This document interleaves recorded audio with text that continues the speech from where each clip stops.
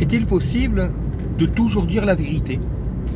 Est-il possible de toujours être dans la vérité?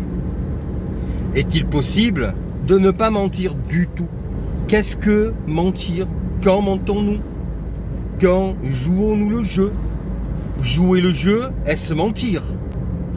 Voilà une foule de questions qui se posent à toute personne qui a pour souci d'être honnête dans la vie et qui remet en question les différentes périodes de sa vie, les différents événements qu'il a vécus en essayant toujours de faire au mieux et en ne sachant pas forcément s'il a réellement fait au mieux.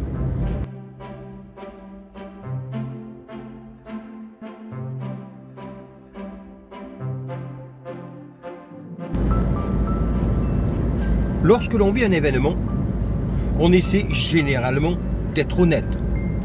On essaie généralement de dire la vérité. Mais nous nous trouvons en permanence dans des situations où nous devons jouer un jeu.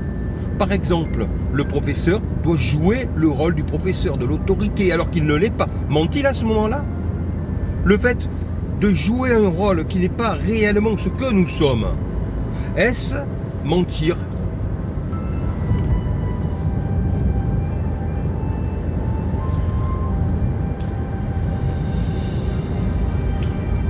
Le fait de prendre une autre identité, par exemple lorsque l'on se fait appeler maître pour un avocat, lorsque l'on se fait appeler monsieur pour un professeur, sommes-nous en dehors de la réalité ou bien jouons-nous?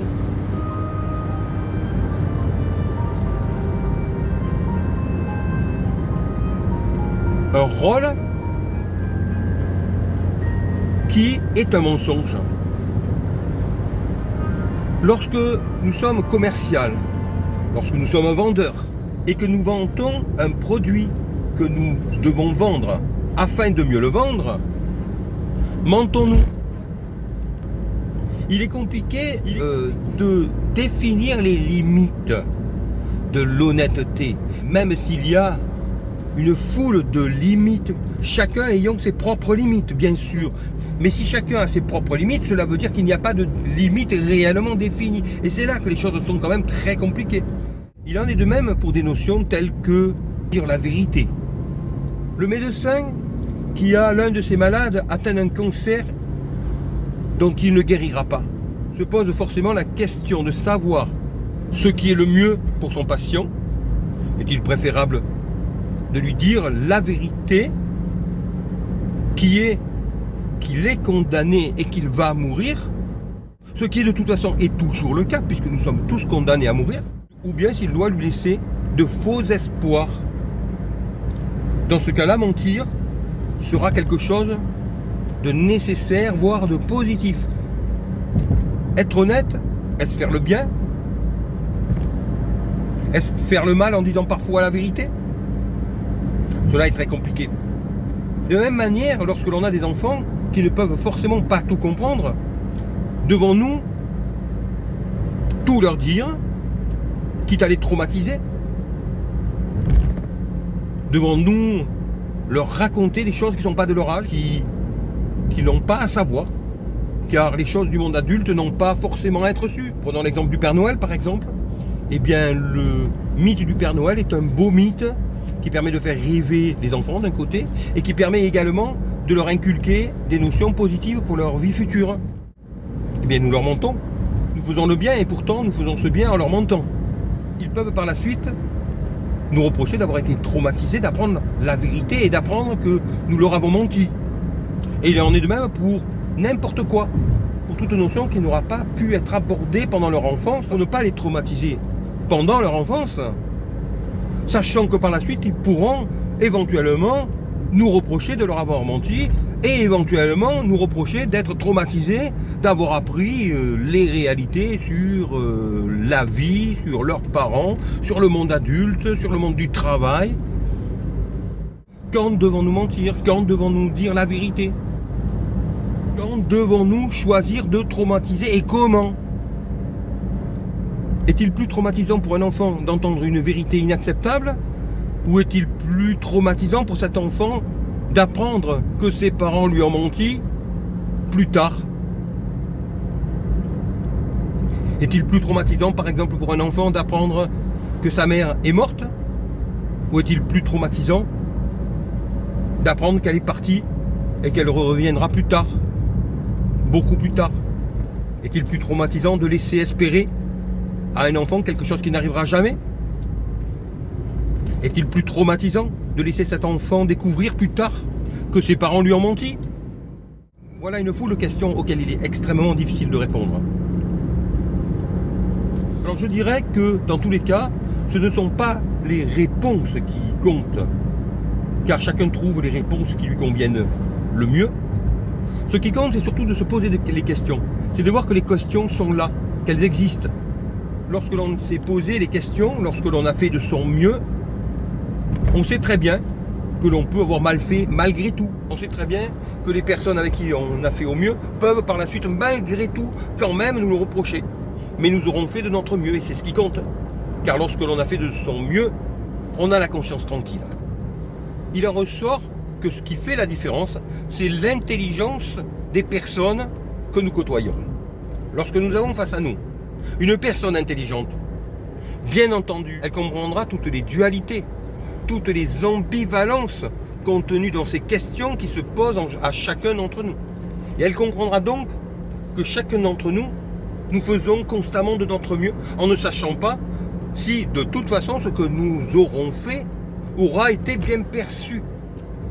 Et puis il y a des personnes, je ne dirais pas inintelligentes, mais limitées en ce sens où elles ne sont pas capables de se poser les questions. Elles ne sont pas capables de se poser les bonnes questions, qui pourtant se posent à elles également. Mais ce seront parfois des personnes qui ne sont pas capables de se poser les questions qui se posent et donc qui les vivent sans se les être posées.